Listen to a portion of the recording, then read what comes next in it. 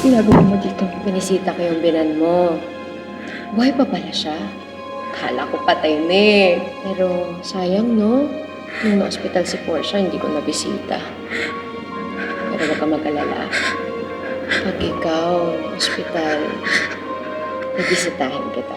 May pinapasabi si Amira.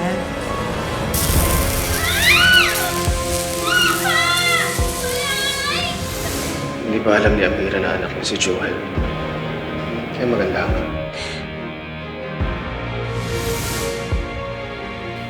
I can't risk it.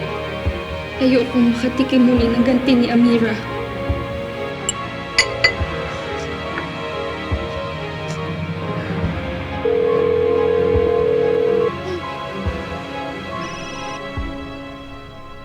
Hello, Amira.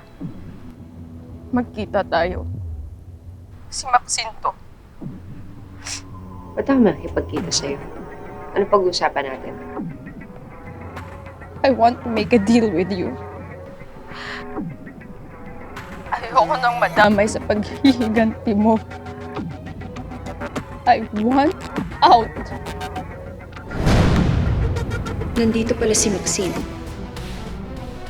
Ano gusto mong mangyari? Magkita tayo. Ibibigay ko sa'yo ang matagal mo nang hinihintay. Ang katotohanan. Pag wala ang mutya, babagsak kayo. Kasama ng kumpanya ninyong bulok dahil mga bobo kayo! Shut up! Mga bobo kayo! Umalis kayo! Sinabi ng tumigil ka! Marsha, did you kill him? Oh my God! Nasa akin ang proof na kailangan mo.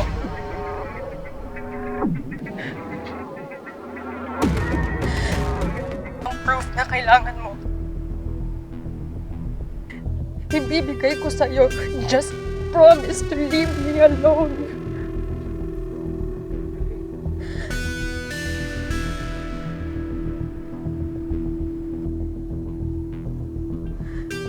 Kailangan kita. May traitor na kailangan kong patahimikin.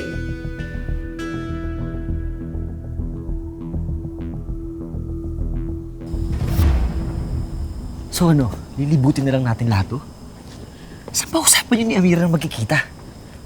Hindi naman siguro mahirap magkakitaan dito. Dadating din yun. Let's just wait. Oliver, thank you dahil sinamahan mo ako. Wala yun. You know me. Isang sabi mo lang and I'll come running. Max, alam mo naman siguro na hindi na maayos ang marriage ni December, right?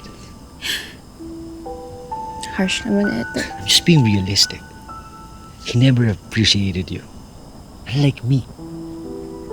I've always loved you. Yung mga girls, distractions ko lang yun.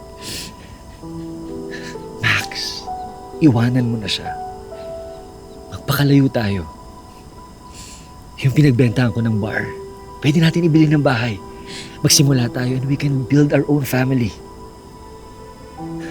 Okay. Yan ay kung pupuhayin pa namin kayo.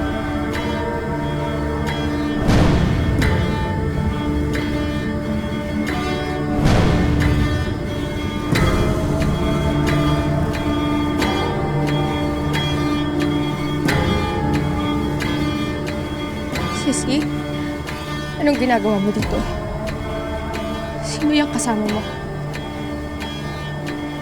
Alam ko na makikipagkita ka kay Amira, Maxine. I'm sorry, Sissy. Ayoko na ng gulo.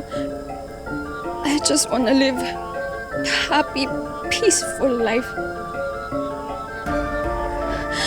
Kaya ilalaglag mo yung pamilya mo? Ha? Para makaligtas ka, Maxine? You promised me na walang makakaalam nung ginawa natin sa Makiling 6 years ago. How could you? Portia, you're my best friend. Hindi kita ilalaglag.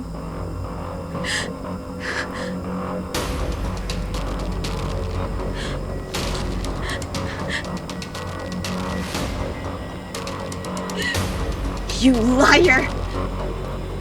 Do you really believe? Do you really think na makikinig pa ako sa'yo, ha? Stop. Neil, ikaw na bahala kung sino yung uunahin mo sa kanilang dalawa. Portia, pag-usapan natin to, hindi kami kaaway mo. Isa ka pa eh. Tinalo mo pa yung kapatid ko, ha? Sa dinami-dami ng babae. Yung asawa pa niya, ha? Hindi na kami makikipagkita kay Amira. Just please don't do this, Portia. It's already too late, Maxine. No. Please. I may be crazy. Pero hindi ako tanga katulad ninyo. No, Portia, Portia. please. Stop it. Thank you for the crazy fun memories.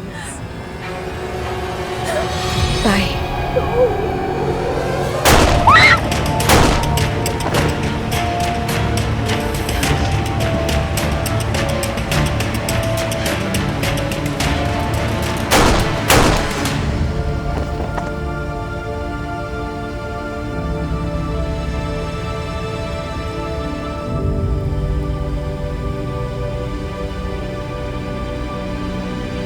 Now, what do we have here?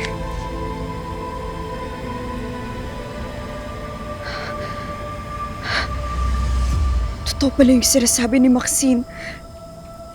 Wala talaga siyang planong ilaglag ako.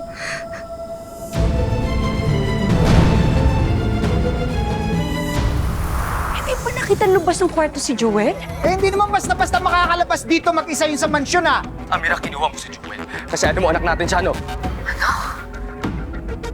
Si Joel. Nay Belen, nakita ko may sinauli kayo kay Portia na milyon-milyon. Ano yun, Nay? Sabihin niyo sa akin, may kinalaman pa kayo sa pagkamatay ng tatay ko? Yung lalaking nakatakas mula dun sa sunog. Kayo ba yun?